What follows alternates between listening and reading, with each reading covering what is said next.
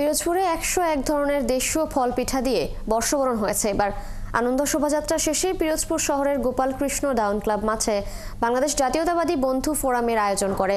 বর্ষবরণে বাঙালি আপ্যায়ন নামে ব্যতিক্রমী এই আয়োজনে শিশু কিশোর সহ বিভিন্ন শ্রেণী পেশার মানুষ অংশ নেয়। তরিকুল ইসলামের তথ্য ছবিতে প্রতিবেদন।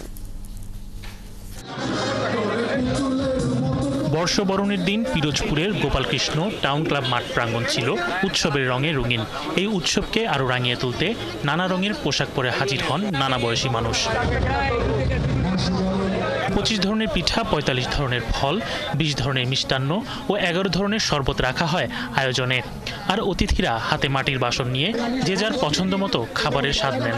আজকে খুবই ভালো লাগতেছে যে সবার মাঝে অংশগ্রহণ করে সবার সাথে পিঠা খেলাম, মিষ্টি খেলাম। আমরা প্রতি বছরই পান্তা ইলিশ খাইতাম, কিন্তু এই বছর আমরা হচ্ছে এই পান্তা ইলিশের গন্ডি পেরিয়ে নতুন স্বাদ নিচ্ছি, নতুন পিঠা মানে আমাদের গ্রাম বাংলার যে ঐতিহ্যগুলো পিঠাপুলি এইসব আমরা এবার পেয়েছি।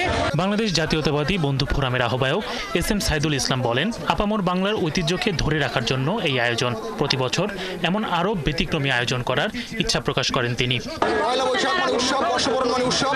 উৎসবের দিনে আমরা ব্যতিক্রম কিছু খাবার, পিঠা পুলি এবং দেশীয় ফল, দেশীয় পিঠা, মিষ্টান্ন ইত্যাদি দিয়ে আমরা বাঙালি সংস্কৃতিকে ধরে রাখার প্রচেষ্টা চালিয়ে যাচ্ছি।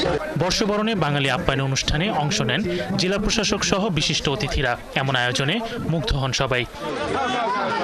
শরীফ আজাদ প্রীতম, 71।